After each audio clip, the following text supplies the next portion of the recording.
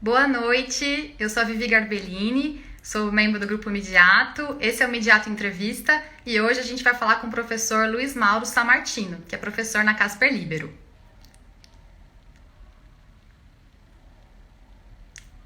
Boa noite a todos, boa noite, professor Luiz.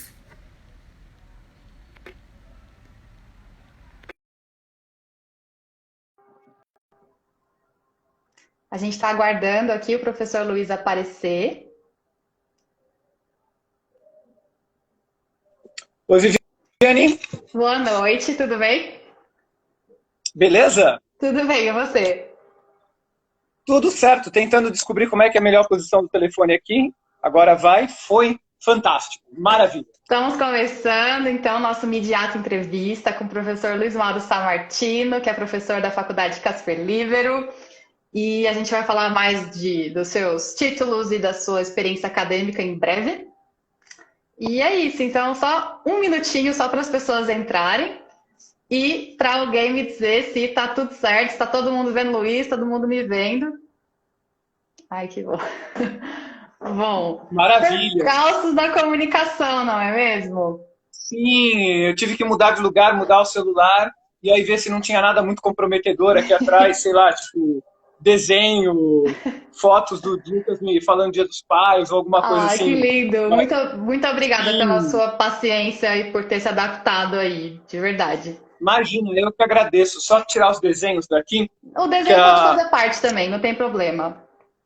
Não, tá joia, obrigado. E Mas em primeiro lugar, a sua estante é é muito falar obrigado por tudo. cenográfica. Na verdade, é cenário, tudo isso é desenhado. É de papelão, né, na verdade. Completamente, completamente. Mas, olha, de verdade, para começar, em primeiro lugar, obrigado pelo convite.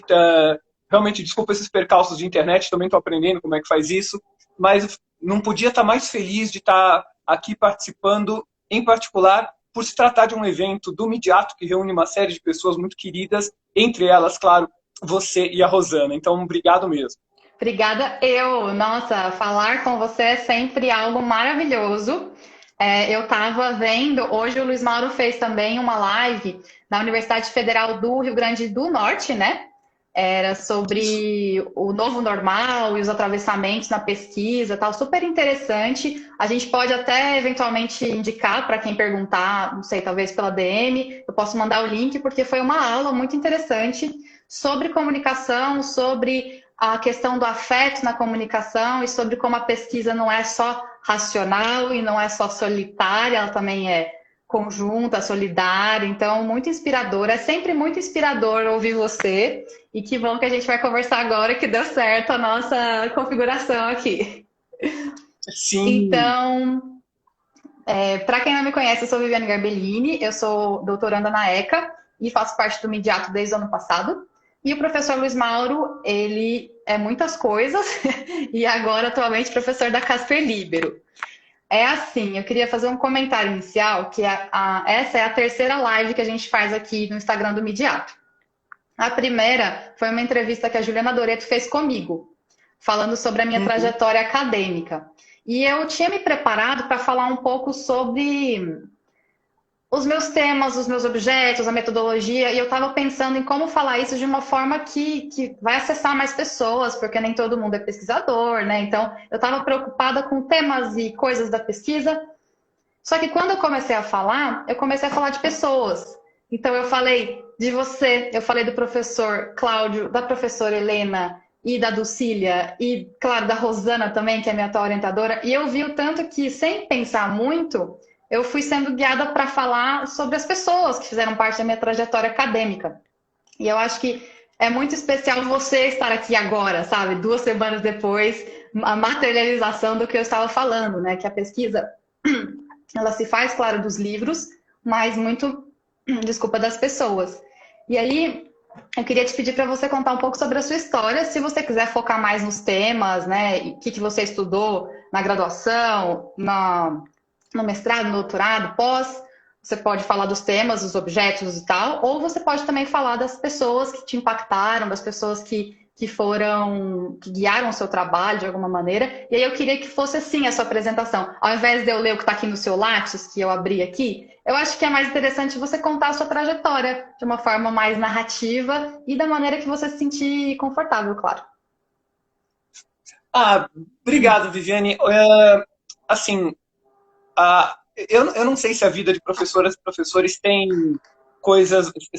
lances muito espetaculares, porque a maior parte dos nossos lances são lances que acontecem com pessoas, no primeiro lugar, com livros. E eu não poderia estar mais feliz de estar aqui também, primeiro porque é você, uma pesquisadora, uma jovem pesquisadora que eu conheço já do outro carnaval, que com quem eu estou falando agora. Jovem foi bondade sua. Não, nada tá valendo. Cada idade da vida tem uma beleza diferente. Então, e também porque, vendo aqui nos comentários, eu não poderia estar mais feliz de ver e rever alunas e alunos muito queridos. Na verdade, estou me segurando aqui porque está dando uma saudade imensa de cada um e cada um de vocês. Porque ao ver o nome de vocês aí aparecendo, quem entrou na live, eu lembro do nome, eu lembro da turma, eu lembro do ano. Quem é Joá, quem é Jobê. Quem é Joá, quem é Jobê. Mas, por exemplo, tem pessoal que era da São Judas, que a distinção era outra, por uma outra série de letras. Então, é muito, muito bom ver isso. Se uma trajetória de pesquisa é atravessada por pessoas, então eu poderia dizer que muitas dessas pessoas, por uma boa coincidência, estão aqui nessa live. Eu só não estou mais feliz porque a gente não está em casa com bolo e biscoitinhos para... Exato, para um café, para um chá, para falar de pesquisa da melhor maneira, que é comendo. Então, assim, primeiro eu queria mandar um grande abraço para todos e todas vocês que estão por aí. Muita saudade de vocês. Tem alguns nomes de várias turmas, da turma de 2009, turma de 2015, turma de 2016, da turma desse ano, que talvez a turma com quem eu menos tenha tido contato presencial, mas tem sido um contato super intenso todas as semanas. Então, se existe uma trajetória de pesquisa, ela é atravessada por pessoas e não só pelos mestres que me formaram, aos quais eu sou incrivelmente grato, mas também pelo contato com cada um e cada um de vocês. Por isso que a trajetória de um professor, ela é marcada pelos seus professores, mas também pelos seus alunos. Porque são perguntas, são comentários, são ideias que florescem na sala de aula, e não só as perguntas da matéria, mas também as perguntas, os comentários, recomendação de livro, recomendação de série. Então, o meu trabalho, ele é muito legal e eu não me vejo fazendo outra coisa devido a essas intersecções, a esses entrelaçamentos. Alguns deles têm até alguma coisa meio nostálgica, porque alguns deles são muito intensos durante um ano e depois, no ciclo da vida, eles vão embora e tem que ir mesmo para outros caminhos. Outros permanecem, alguns viram amizade. Então, eu sou amigo de ex-professoras e ex-professores, sou amigo de ex-alunos. Então, Viviane, a Ana e o Lucas mandaram um beijo para você. Ai, manda outro para eles. Sim, então são várias relações construídas de maneiras diferentes, mas todas elas contribuem para dois aspectos. Em primeiro lugar, lembrar que o ato de pesquisar, o ato de conhecer, ele não é, para mim, algo restrito ao âmbito acadêmico, mas eu entendo isso como um modo de vida. E aí, imediatamente você vai falar, então você é pesquisador 24 horas por dia? De jeito nenhum. Eu sou curioso 24 horas por dia. A atividade formal de pesquisa, ela é uma parte dessa curiosidade. É a parte que eu vou direcionar para o âmbito acadêmico, de acordo com as regras, de acordo com os prazos, de acordo com os livros. Mas tem uma outra parte, que é a curiosidade, que é de tentar entender um pouco melhor as coisas, entender o mundo, entender as relações humanas a partir da comunicação, entender um pouco melhor quem é que nós somos, quem que eu imagino que eu sou. E acho que essa curiosidade, Viviane, que nos move como pesquisadoras e como pesquisadores. A curiosidade de saber alguma coisa a mais sobre aquilo que está na nossa frente, mas que muitas vezes nos provoca, mas a gente nem sempre tem tempo para ver. Então, a atividade de pesquisa sempre foi, para mim, derivada dessa curiosidade. eu sempre gostei muito de estudar. E aí pode aparecer aqui embaixo, nerd. Sim, é a vida. Tá? Eu sou nerd desde que nerd era um negócio raiz, não era nerd Nutella. Desde que era tudo mato no mundo nerd. Tá? Inclusive, aqui, vocês estão vendo livros, mas se você olhar, tem uma TARDIS ali, de Doctor Who. Do outro lado tem, tipo, várias coisinhas de Star Wars, etc. Então, eu sempre fui Luiz nerd. é fã de Assim, Doctor Who e de Star Wars. Importante. Exato. E totalmente. E pelo ângulo que está aqui, então, acaba não dando para ver, mas a curiosidade, ela não se limita ao âmbito do estudo. É uma parte importantíssima, mas ela se espalha por várias outras coisas. Eu sempre entendi que a construção do conhecimento, ela tem um peso fundamental na academia, claro, mas ela passa por outros espaços também. Ela passa pela estética, ela passa pela poética, ela passa pela experiência de vida, pela experiência do olhar.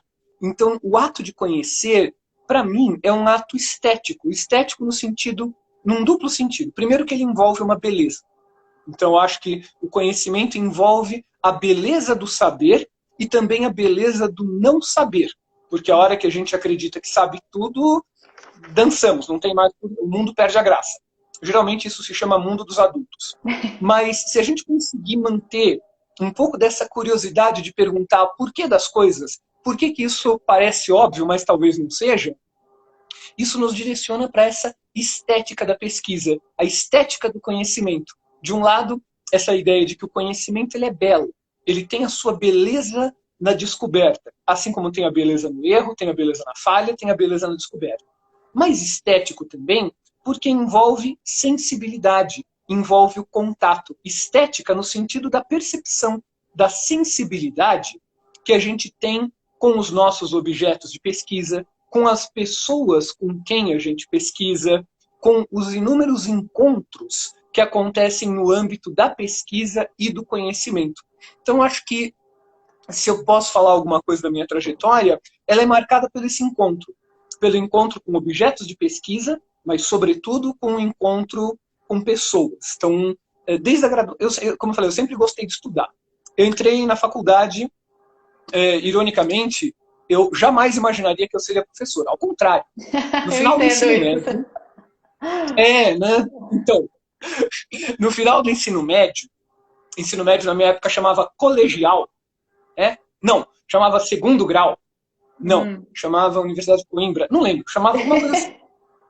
E assim, eu era apaixonado por historiografia e tudo mais, e aí o que eu vou prestar, vestibular e tal, e uma professora de história, eu perguntei em que trabalha um historiador.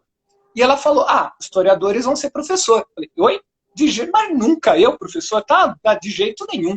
Mas jamais. E aí comecei a procurar coisas próximas que envolvessem história, humanidades, literatura e tal. Pensei, bom, eu gosto de escrever, eu gosto de jornalismo e tal. Prestei jornalismo, porque eu em sala de aula, de jeito nenhum, jamais. Bom, beleza. Então, né?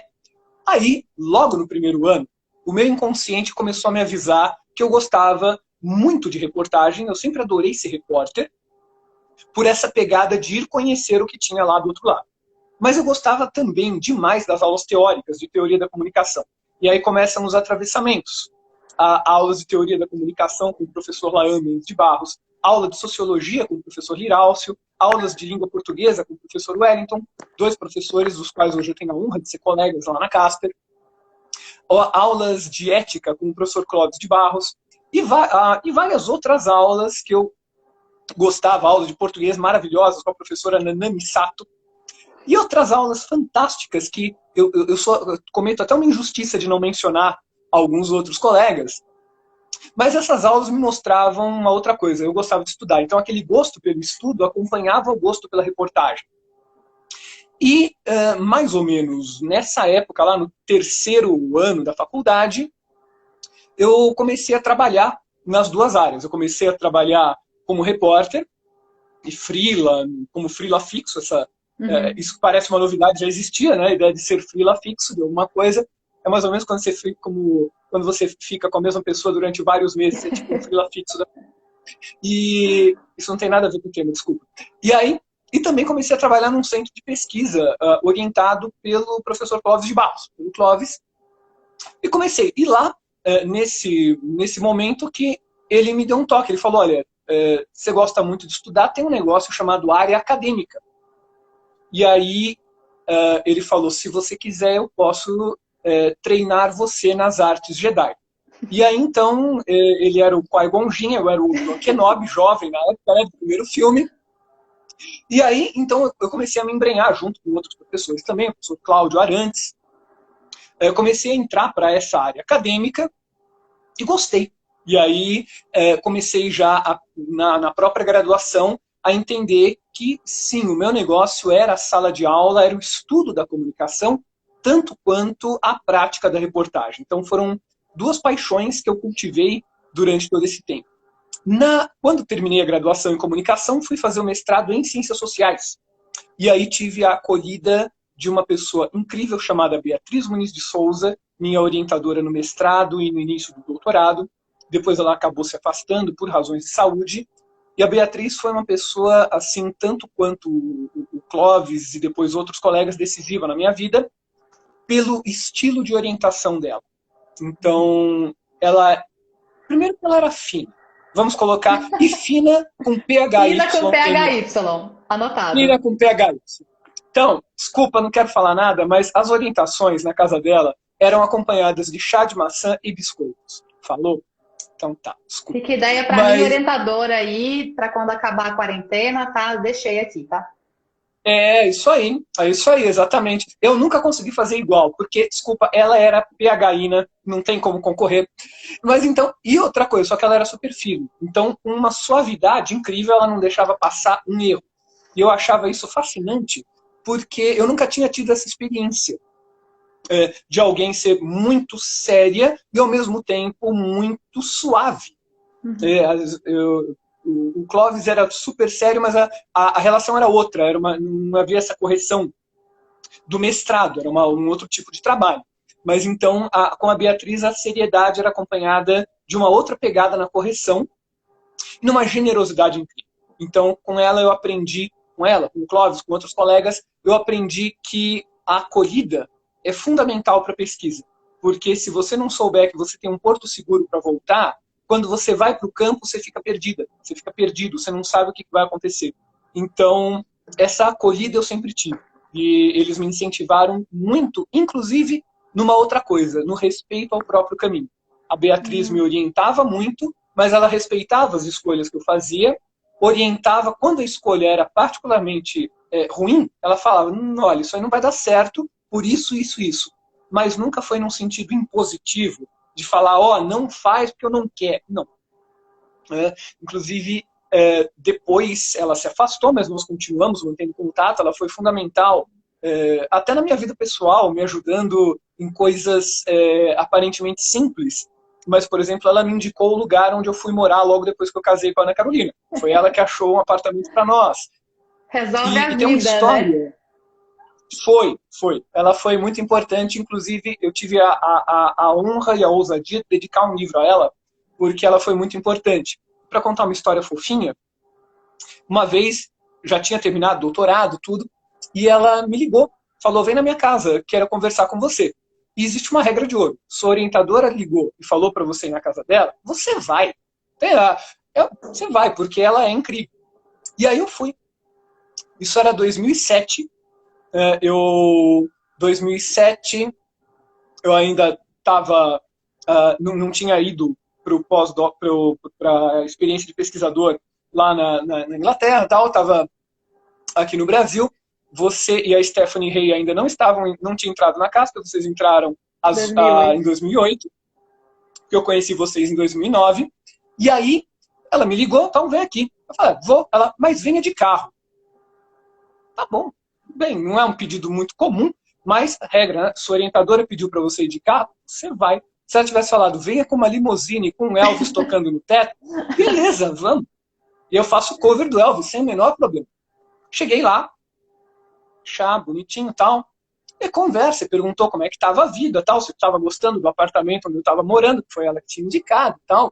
Eu já estava com os preparativos para estudar na Inglaterra, ela me deu várias dicas importantes, beleza. A certa altura, ela levanta e fala assim, olha,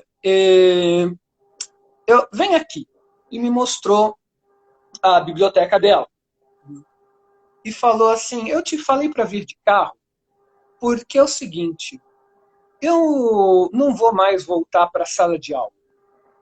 E eu acho que esses livros você vai fazer um uso melhor do que eu agora. Então, pode Legal. pegar e levar. Eu, oi? Ela, vai lá. E eu fiquei totalmente sem reação, porque é um desprendimento que eu certamente não tenho. Ah, Eu então, não, eu tava não, esperando que o final da história fosse você falando que você vai fazer isso comigo, entendeu? Que você vai me dar os seus livros. Não é isso. então, Jovem Jedi, Epic Fail. E Tentei. aí, e eu parado na porta do escritório dela, né, boca aberta, sem saber o que falar, ela me deu um tapinha nas costas e falou, vai lá, aprendiz de feiticeiro. E, e aí não foi só pela biblioteca, mas sobretudo pelo gesto e por essa expressão do vai lá, aprendiz de feiticeiro. Porque naquele momento eu senti que eu estava num momento de formação humana. Não só a formação acadêmica, a formação humana. E ela faleceu em 2014. Hum. E foi, assim, uma das grandes influências da minha vida, desses encontros e atravessamentos. Até porque ela era ela não, eu falo de brincadeira, que ela não leu os clássicos da sociologia, porque ela era um dos clássicos da sociologia. Ela era da mesma escola do Ottaviani, do Antônio Cândido, daquela turma que criou, entre outros, né, a sociologia no Brasil. E depois dela, quando ela se afastou por motivo de saúde, eu tive uma outra lição de acolhida. O professor Luiz Eduardo Vanderlei me pegou como orientando da Beatriz e ele me deu uma lição importantíssima no sentido de compreensão. Ele falou, olha, você já tem um trabalho, eu vou ser o seu orientador a partir de agora, mas eu não vou interferir no que você definiu com a Beatriz. Ótimo. E então ele teve uma condução, além de competentíssima, nas correções e nas recomendações, além do trabalho de orientação, um respeito pelo trabalho da Beatriz e pelo que eu vinha desenvolvendo, que foi fundamental. Porque ele poderia, na condição de orientador, falar, ó, eu não concordo com essa linha teórica, e ele era de uma linha teórica próxima, mas não idêntica. Ele podia ter falado, não concordo com nada disso, e agora você vai fazer de outra maneira. Podia. E eu, na condição de doutorando, não teria problemas, faria, mas teria sido complicadíssimo. Eu estava na metade do doutorado. Tá? Então, foi uma lição de respeito, respeito intelectual, que eu também aprendi. E para fechar esse ciclo de encontros, 2008, vou lá para a Inglaterra. Olha que coisa, eu voando para lá, você e a Stephanie, não sei se tem mais alguém da turma de 2009, entrando na faculdade. E aí, lá também tive uma outra experiência, que foi a experiência da acolhida internacional. Então, o professor John Street e o professor Lee Marsden, que foram meus supervisores lá no trabalho de pesquisa que eu fiz, um trabalho que não tem uma equivalência direta em titulação no Brasil, né? Eles me deixaram, e outros professores e professoras de lá, eles me deram uma acolhida muito grande, e em momento algum houve nenhum tipo de experiência, como algumas que eu tinha ouvido falar, de que o professor estrangeiro, ao receber um brasileiro, tinha atitudes bem negativas, bem críticas. Ao contrário, o tempo todo eles me integraram como parte do time, me deram a oportunidade de lecionar lá, de participar de grupo de pesquisa, participei até da seleção de contratação de professores lá. Que legal. Então, várias oportunidades num tratamento igualitário. Isso também foi muito importante para ver, olha, existem quebras, existem complexidades na identidade que são fundamentais para a gente entender como é que funciona o âmbito universitário para além das questões. Veja que, em momento algum, nenhum deles facilitou. Ao contrário. Eu acho que eu tive os treinamentos foram super rígidos. Rígidos mesmo. Mas o que eu aprendi dessas experiências é que a seriedade ela pode vir acompanhada de suavidade. Então, eu não lembro de nenhum desses professores me recomendar menos de 100 páginas por semana para ler. Então, era naquela... com uma, assim, com uma tranquilidade. Olha, lê isso aqui para a semana que vem. Mas são 100 páginas. É pouco? Então lê. Não, tá bom. Tá bom. Mas com um apreço e uma suavidade muito grande. Então, eu acho que foram esses atravessamentos do lado docente, vamos dizer assim, do lado das orientações, que foram fundamentais para marcar uma trajetória. Né? Lembrando que essa trajetória do outro lado, do meu lado como professor, desde 2000, faz 20 anos. Esse ano é muito interessante. Faz 20 anos que eu comecei a dar aula e 25 anos que eu entrei na Casper. Caramba! Como aluno. É interessante porque as duas datas bateram exatamente. Então, do outro lado, o atravessamento constante com alunas e alunos, com as atividades de orientação, primeiro de TCC, depois de iniciação científica e depois de mestrado, as atividades propriamente acadêmicas, e desde 2010, na pós-graduação, as atividades regulares de orientação e de pesquisa em pós-graduação, onde cada pesquisa, cada trabalho orientado, eu acho que, talvez de uma maneira super egoísta, a pessoa que mais se beneficia sou eu. Porque eu fui aprender gênero e revista e representação junto com o teu trabalho. Eu fui aprender questões de moda e representação cinematográfica com o trabalho da Rafaela, que eu vi que está aí. Eu fui aprender, fui ouvir K-pop com o trabalho da Vitória e da Gabriela, foram colegas de sala da Rafaela. Então, acho que, como professora... Ouviu também o André Rie também? Ouvi muito André Rie com o trabalho do Fernando, não sei se o Fernando está por aí, mas eu poderia citar todos eles, porque cada um deles deixa uma marca, cada um deles, seja de iniciação científica, de mestrado, de doutorado, cada um deles mexe com alguma coisa que faz você se deslocar. Então, se a pesquisa é uma atividade estética, ela também é uma atividade de deslocamentos. Deslocamentos de quem você é na intersubjetividade para com o outro. Então, é um deslocamento que faz você sair daquilo que você era como professora, como pesquisadora, como aluno, para chegar num outro lugar que é desconhecido. O barato da pesquisa é que você não sabe aonde você vai chegar. E é justamente esse não saber que joga, pelo menos a mim, me joga para frente.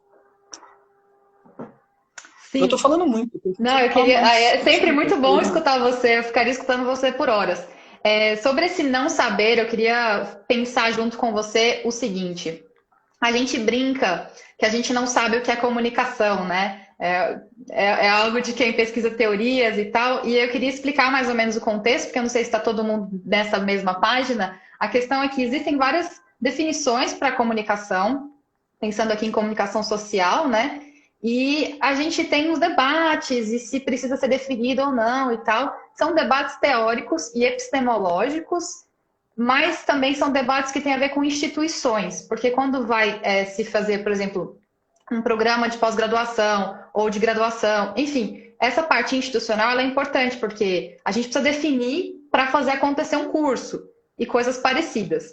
Só que esse espaço do não saber, como você disse, ele tem uma beleza, né? Além de ser o que impulsiona a gente a fazer pesquisa, a ir ler, enfim, a se mover para fazer pesquisa, tem também essa beleza. Só que agora, nesse momento, pensando assim, 2020, a gente está num momento de ataque à universidade pública, de ataque às humanidades, e aí eu queria saber o que você pensa disso. Se esse é um momento da gente suspender um pouco esses questionamentos, afinal, o que é a comunicação, ou se não, se é o momento da gente fazer ainda mais, sabe? Porque as instituições são pensadas muito para ciências duras, né? Para ciências que são exatas e tal. E não tem muito o espaço de pensar as instituições de universidade e tal a partir das humanas. Então, ao passo que a gente tem que se adequar com alguns sistemas de revistas, de como se faz o curso, como se faz a avaliação, a gente, né, tem que garantir que a gente tenha esse espaço, mas também a gente tem que ter isso que é muito próprio das humanidades, que é de questionar, de não saber. Eu queria saber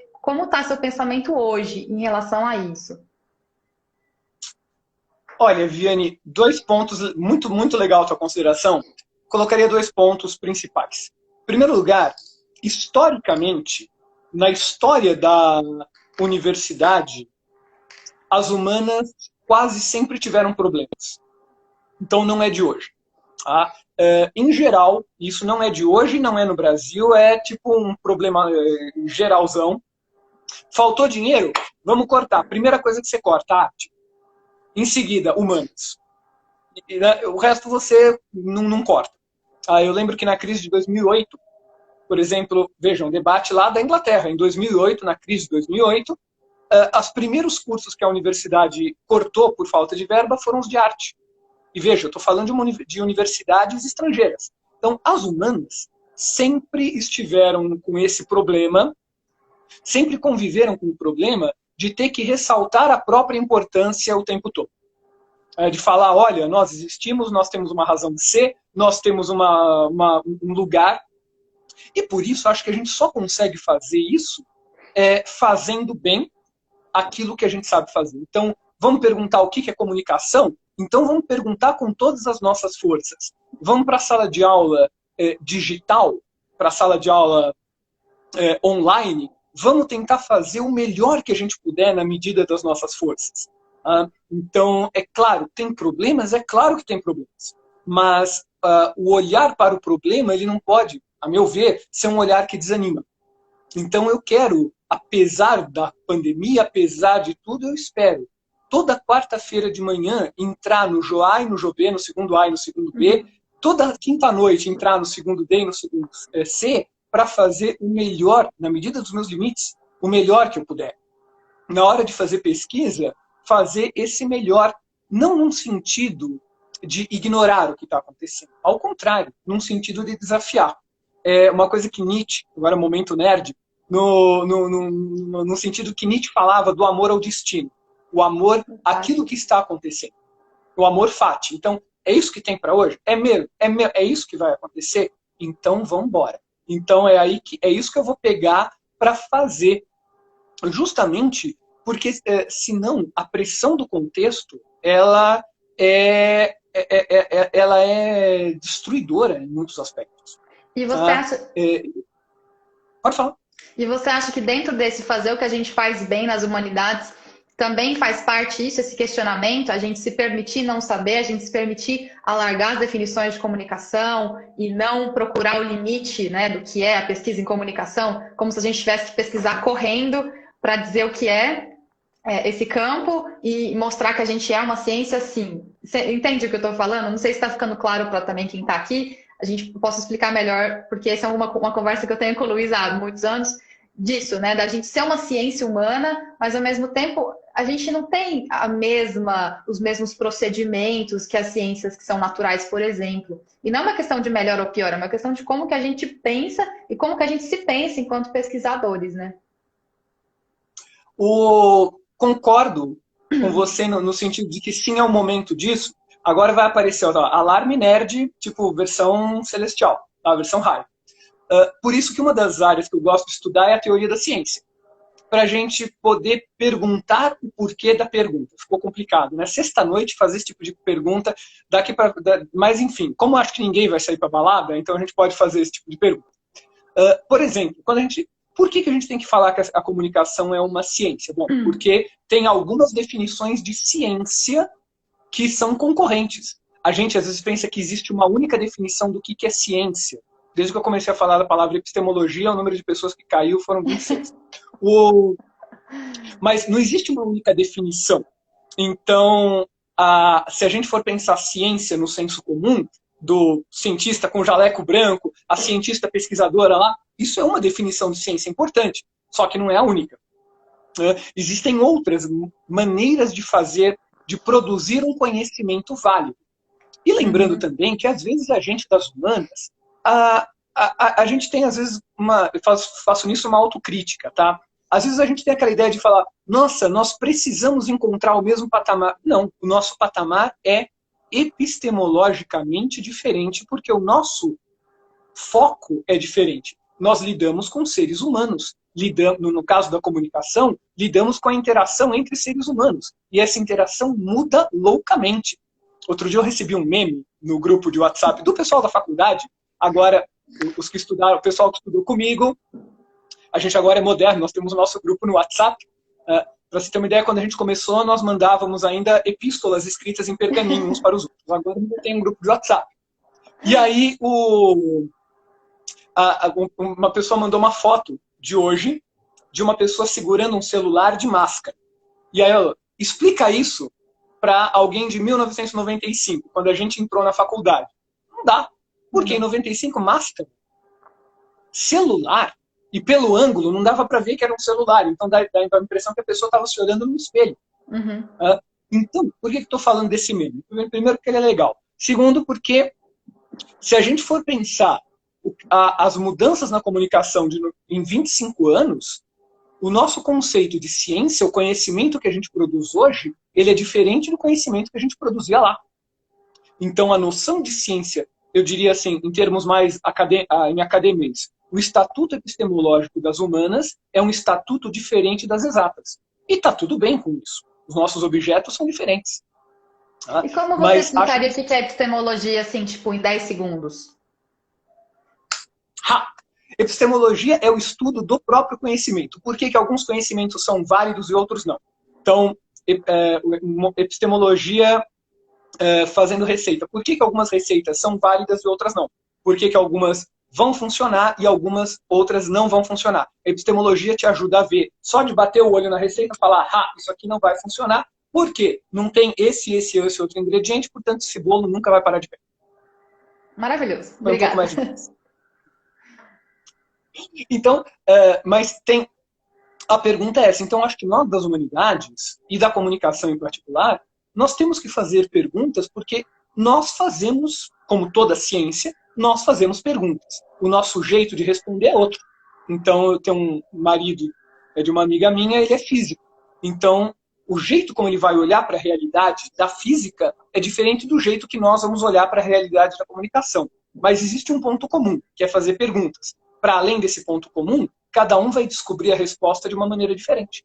E eu acho que o tipo de pergunta que a gente faz, dificilmente é uma pergunta que busca uma resposta exata, né? A minha pergunta de pesquisa, no momento assim da tese, como as estéticas feministas se constroem. É uma coisa muito ampla e eu não espero uma resposta exata para isso, né? Assim como a pergunta da dissertação era como a revista representa o feminismo, a gente não quer uma resposta exata. E eu acho que, às vezes, para a opinião pública, fica mais difícil entender as nossas pesquisas, porque parece algo muito solto, parece algo que vai ser a minha opinião sobre isso, né? Então, eu acho que esse é o momento da gente também tentar construir o maior conhecimento do que é a nossa pesquisa, né? Porque muitas pessoas não entendem o que é na prática, mas você pesquisa comunicação, mas você não vai fazer a vacina para Covid, então você pesquisa para quê? E eu acho que talvez, pensando agora, se a gente se preocupar menos com essa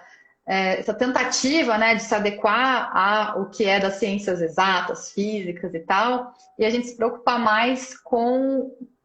Não sei se eu posso falar isso, mas com opinião pública, né? Com mais pessoas entendendo o que a gente faz e talvez até apoiando, né? Enfim, foi um pensamento alto agora. O que você acha? Não, eu concordo muito com você, porque é o seguinte, a ciência trabalha num ritmo diferente do ritmo que a gente vê no senso comum. Então, a ciência também ela é cumulativa. Ou seja, uma descoberta pequenininha leva a outra pequenininha, que leva a outra pequenininha. Uhum. Por isso que a gente cita os trabalhos. Então, antes de você escrever o teu trabalho, você vai ler quem já estudou. E a ideia que a gente tem de ciência, muitas vezes, me parece que ela é aquela ideia do senso comum, um pouco até, vamos lá, um pouco caricatural, tá? Mas do cientista que vai ter uma grande descoberta. Eureka. Se a gente olhar... Eureka. Aliás, outro dia eu expliquei para o Lucas a história do Arquimedes. Lucas é meu filho de 8 anos. Eu acho que todo mundo que está nessa live, em algum momento, eu já devo ter falado dele. Eu tenho um problema de não conseguir falar da vida sem falar do meu filho. Né? Mas, enfim, expliquei para ele outro dia o que era o Eureka. E ele achou o máximo como que a Arquimedes era distraído a ponto de sair sem roupa da banheira e falar com o rei. E ele perguntou, o que será que o rei disse para Arquimedes? Eu fiquei pensando, a história não registra. O que o rei disse para Arquimedes? A gente não sabe historicamente o que ele disse? A gente não, que eu saiba, pelo menos eu não sei. Então, Aí a gente ficou imaginando o que o rei teria dito. Mas volta. Então, essa ideia de ciência que a gente tem, me parece que ela é uma ideia interessante, mas estereotipada. Mesmo nas exatas, né, nenhuma pesquisa hoje em dia é nesse sentido de descobrir alguma coisa. Então, esse meu colega, marido de uma amiga minha que estuda física, ele estuda nitrogênio. Se você for de uma perspectiva, a meu ver, equivocada, perguntar qual a importância de estudar o nitrogênio, você não vai estudar isso porque, a princípio, não é óbvio. Ah, mas não é a vacina da Covid, não. É nitrogênio. E para que serve o nitrogênio? Não sei. Talvez em si não sirva para nada. Mas é na junção dessa pesquisa com a outra, com a outra, com a outra, que você forma o cabedal de conhecimentos acadêmicos que vão, pela via da sala de aula, vão chegar nas pessoas. Então, o ritmo da academia não é um ritmo midiático imediato. Então, eu descobri isso aqui, vou passar amanhã, vai mudar. Não, não, não. Mas é preciso, por exemplo, para tomar liberdade de falar da tua área, é necessário que várias pesquisadoras e pesquisadores falem de gênero, pesquisem e um mostre para o outro na comunidade, no sentido de comunidade acadêmica, fala, olha, tem um problema, a representação é problemática, é boa aqui, ruim ali, é difícil aqui, fácil ali. É necessário que você crie esse conjunto de conhecimentos para um dia chegar no livro didático. Opa, aí a gente começa a mexer com a sociedade. Ontem não. Outro dia eu fiz, no começo do ano, eu li os livros de História e Geografia que o Lucas está usando na escola dele. Falei, nossa, que diferença em relação aos que eu estudei. Isso significa que em 30, 40 anos, a academia fez muito bem o seu trabalho. Não é aquele ritmo do eureka. Nossa, descobri hoje, amanhã eu vou apertar a alavanca e vou... Não, não, não. O ritmo é outro. Porque, no caso das humanas, pelo menos, a gente acompanha o ritmo de descobertas da sociedade. O ritmo de transformações. Então, nesse sentido, me parece que nós cumprimos a nossa função. Não do jeito, talvez, que algumas pessoas podem esperar. Para que serve a tua pesquisa? Sozinha? Para quase nada. Mas eu não trabalho sozinho. Tem uma coletividade, um conjunto acadêmico. A comunidade acadêmica que lê os textos, que opina, que conversa. E fazer parte dessa comunidade significa que nós nos iluminamos uns aos outros a partir de um diálogo crítico. Claro que quando você recebe um não, você manda um artigo e recebe um não, você fica chateado. Aí você fala, nossa, o diálogo crítico e tal, pena que falhou comigo. Mas depois você respira fundo, olha o texto e fala, não, realmente a contribuição A, B e C são legais, a D eu não concordo. A F é uma contribuição bacana. Então, isso é o sentido de comunidade. Quando a gente participa de bons grupos de pesquisa, grupos de trabalho, nos eventos, é um barato porque você critica, é criticado, depois sai todo mundo para jantar. Por quê? Porque esse momento do diálogo crítico é para fazer a gente crescer. Então, você não concorda? Não concordo. Mas não é porque eu discordo de uma visão de comunicação que eu vou ignorá-la ou vou invalidá-la a priori. Ou seja, vou dizer, isso aí não vale, porque não. A ciência ela é feita de confrontos, de trocas, de diálogos. E por isso que me parece que é tão importante ter esses contrapontos. É o que a Rosana está falando aqui no comentário, né? A pesquisa é sempre coletiva. Claro que tem os momentos que você vai ler sozinho, pensar sozinho, escrever sozinho, mas tem toda uma parte que é coletiva. Eu estou um pouco preocupada com o horário, porque eu vi aqui que já se passou muito tempo e, de repente, vai cair, porque o Instagram, ele derruba a gente. Então, se alguém puder me falar que horas que a gente começou a live, eu agradeceria muito, porque foi um pouco mais de 6 horas. Então, vai ser um pouquinho mais de 7 horas. Mas eu só queria fazer também um comentário que passou aqui, né? Alguém comentou que a nossa missão é perguntar, é responder, ambas ou depende. E eu acho que é um pouco dos dois, né? A gente tem como função perguntar, mas sem, nas humanas, sem uma necessidade de uma resposta fechada. E eu acho que a gente tem que pensar em respostas que são provisórias, respostas que têm uma porosidade para outros comentários, para outros pontos de vista, né? Então, só para tentar responder aqui, não sei se você concorda. Uhum. Concordo. A as humanidades, elas fazem perguntas. Porque nós somos herdeiros, na verdade, de uma tradição filosófica, que é a tradição da pergunta. A tradição do questionamento, do autoquestionamento, porque para perguntar para o outro, para desafiar o outro com a pergunta, eu preciso, a meu ver, antes de tudo, me desafiar com a pergunta. Saber que o meu espaço de pergunta também é criticável, criticado. Então, a gente aprende a lidar com a curiosidade. A curiosidade está ligada à incerteza. Daí que a gente faz perguntas, inclusive as mesmas perguntas há 2.000, 3.000 anos. Por que a gente não acha respostas? Porque o ser humano é mutável. Então eu jamais vou encontrar uma resposta válida, universalmente válida. Tá? Mas, apesar disso, nós encontramos respostas que têm uma validade naquele espaço, naquele pedaço. Então, a tua tese, a tese do Fernando, que está lá no ESPM, os trabalhos de cada um de nós têm uma validade sim, porque eles respondem a alguma coisa. O que eles respondem? Aquilo que está válido naquele quadradinho. Vamos encontrar respostas universalmente válidas? Não, não vamos. Acho que hoje eu ouso dizer que nem as exatas têm essa pretensão de uma resposta universalmente válida. Até porque na história da ciência, aquilo que era a regra ontem, hoje não vale mais nada. Então, aquilo que era a lei física ontem, hoje se descobre que ela não era tão exata assim. Mesmo na matemática, você sabe que a ideia de uma certeza geral e absoluta, ela vai até certo ponto, vai até a página 20, depois ela também muda.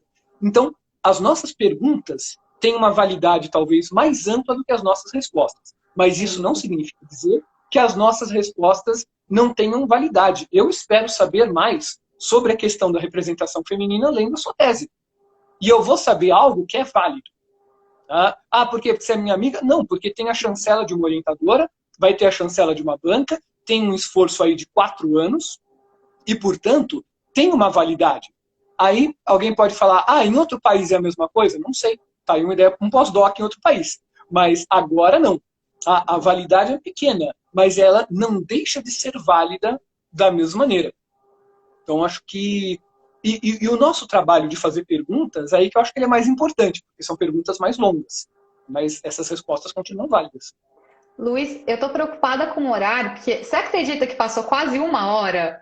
Eu tô aqui achando que passou, assim, 10 minutos.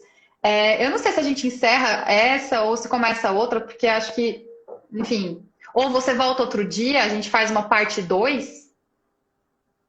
Tô fazendo esse convite ao vivo. Você aceita ao vivo aqui o convite? Uai, eu já aceitei antes de você fazer, tá? Ótimo. Que aí a gente faz uma segunda parte depois, falando mais sobre desafios e sobre pesquisa em comunicação, né? Dessa forma aberta. Eu queria pedir desculpas. Tá, pedir desculpa para o pessoal, porque a gente começou de uma forma um pouco caótica, né? A gente falou de uma forma também mais solta. Esses são tentativas que a gente está fazendo, né? Sobre falar sobre comunicação de uma maneira a tentar abrir para mais pessoas, não falar o academiquez. E eu quero agradecer muito a sua paciência, a sua disponibilidade, todas as suas ideias. Quero continuar conversando com você. Então, por hoje é isso, eu acho, né? Por hoje. Obrigado, Viviane. Fiquei muito feliz com esse convite, ainda no finalzinho de junho, no final, quando aquela reta final de semestre, correção de provas, trabalhos, tudo mais. Mas quando veio o teu convite, eu falei, não, imagina. Inclusive, eu entendi errado o que você falou. Você tem participado de lives, eu entendi que você ia fazer uma live e estava me convidando para te assistir. E eu falei, nossa, na hora, vamos embora. Que horas que vai ser que eu vou te ver? Porque as amigas e os amigos com Z, a gente vai sempre ver. E aí, então... Mas aí você falou, não, vai participar, então estou à disposição. Queria te agradecer muito esse convite, essa oportunidade de falar, esse exercício da escuta que é tão fundamental nos dias de hoje. Então, obrigado você, obrigado, Rosana, por estar aí, por topar essa ideia. Achei que a ideia do Midiato Entrevista foi sensacional, porque realmente dá um outro espaço para a produção. Queria pedir desculpas pelos erros do começo, lá, enfim, até que eu achei um outro espaço aqui em casa que deu certo. Obrigado mesmo. E, enfim, agradecer também a cada uma e cada um de vocês que apareceram aí. Alguns, o nome sobe muito rápido aqui, então alguns nomes eu só bati o olho de relance, outros eu nem consegui ver, alguns consegui ainda mencionar, mas E queria agradecer de verdade. aproveitando para dizer que o nosso próximo convidado está aqui também presente, Cauê Fabiano, vai participar do Midiato Entrevista na semana que vem já. Então fica o convite para você que está assistindo voltar aqui na semana que vem para escutar o Cauê Fabiano. Que legal, Cauê. Não tinha visto seu nome, Cauê, então boa sorte, mas que turma, hein? Muito bem, gente. Muito, muito obrigado, de verdade, Viviane. Beijos e abraços para todas e todos que participaram aí. Adoraria citar nominalmente cada uma e cada um de vocês, mas no momento em que apareciam os nomes, mesmo que rapidinho, sei lá, dava aquele quentinho no coração de lembrar, puxa, que legal, que momentos bacanas que foram, enfim, aconteceram em vários espaços por aí. Obrigado mesmo. Obrigada mesmo, gente. Até a próxima.